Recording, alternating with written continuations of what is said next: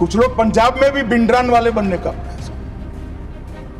प्रयास भी किया, आगे भी बढ़े। सरकार हमारी नहीं थी, फिर भी यही गृह मंत्रालय ने दृढ़ निश्चय कर आज वो असम की जेल में आराम से गुरु ग्रंथ साहिब का पाठ। आतंकवादी संगठनों से बातचीत करने के लिए वो हुर्रियत को हमने समाप्त कर दिया, जमीन के अंदर का। जिनके हाथ में शासन की कमान होती है, इनकी जिम्मेदारी होती है खतरों को दूर से देखकर उसको उगने से पहले, उठने से पहले समाप्त कर देना। मुझे बरोबर याद है दिग्विजय सिंह की, इसका दुरुपयोग होगा, आपके सामने नहीं हुआ। हमने 57 आतंकवादियों को आतंकवादी घोषित किया, जिसने देश की सर्वोच्च अदालत ने मान्य किया। 23 संगठनों को माने। हमने अनलॉफुल एसोसिएशन घोषित की कर दिया।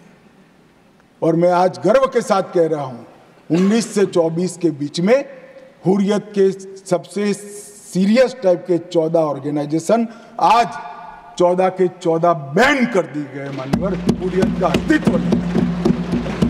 जिस हुर्रियत के साथ एक जमाने में बातचीत करते थे, पाकिस्तान के बातचीत करने के लिए मीडिएटर बनाया था, आतंकवादी संगठनों से बातचीत करने के लिए, वो हुर्रियत को हमने समाप्त कर दिया, जमीन के अंदर गाड़ने।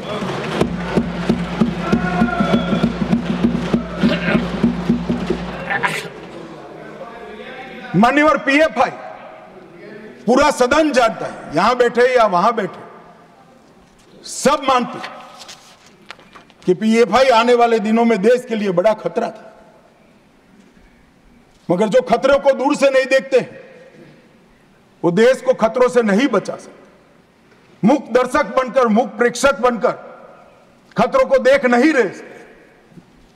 जिनके हाथ में शासन की कमान होती है, इनकी जिम्मेदारी होती है खतरों को दूर से देखकर उसको उगने से पहले, उठने से पहले समाप्त कर देना। हमने पीएफआई पर बैन लगाया, एक साथ देश के 24 राज्यों में रेड डालकर पीएफआई के एक एक बंदे को उठाकर जेल की सलाख होकर आज संपूर्ण गतिविधि समाप्त हो गई। कुछ लोग पंजाब में भी बिंडरान वाले बनने का प्रयास भी किया, आगे भी बढ़े।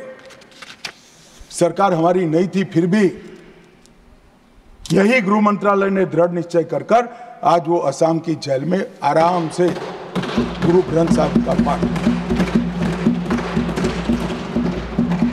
ये नरेंद्र मोदी सरकार, इस सरकार के रहते देश पर खतरे राजनीतिक आइडियोलॉजी के कारण पनपने हम नहीं देंगे। उनको खड़ा होने से पहले ही समाप्त कर दिया जाएगा। मान्यवर, एक जमाने में आतंकवादियों का लिस्टिंग से उनका मृत्यु या अरेस्ट तक का आयुष्य 2 साल और 3 महीना था, आज कुछ दिनों का बच गया है, कुछ दिनों का।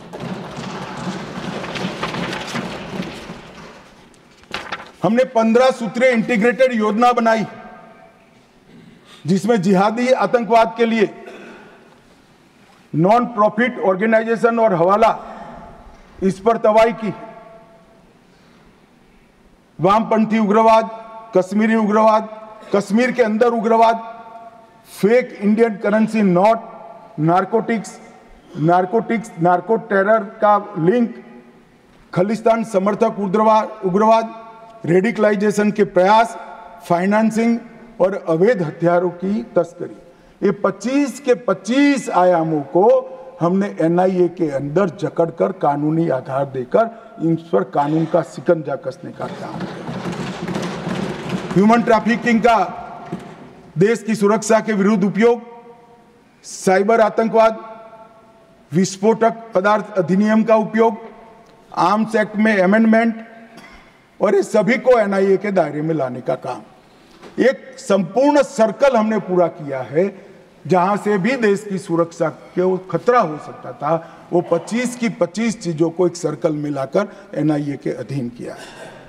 और मान्यवर, एनआईए में 1244 पद हमने सृजित किए, 16 नए ब्रांच खोले, 2 नए जोनल कार्यालय खोला गया। इसके साथ साथ एनआईए के परफॉर्मेंस पर कुछ लोग बोल रहे थे, आज बैठे नहीं है, वॉकआउट कर गए। 652 मामले हुए। जब यूएपीए लगता है तक एक ट्रिब्यूनल भी होती है और सुप्रीम कोर्ट तक केस जाता है कि यूएपीए लगाया वो ठीक है या नहीं है। मैं मेरी सरकार का रिकॉर्ड कहने आया हूं साहब, 652 मामले में से एक भी मामले में सुप्रीम कोर्ट तक एक भी केस को अनुचित घोषित नहीं किया गया।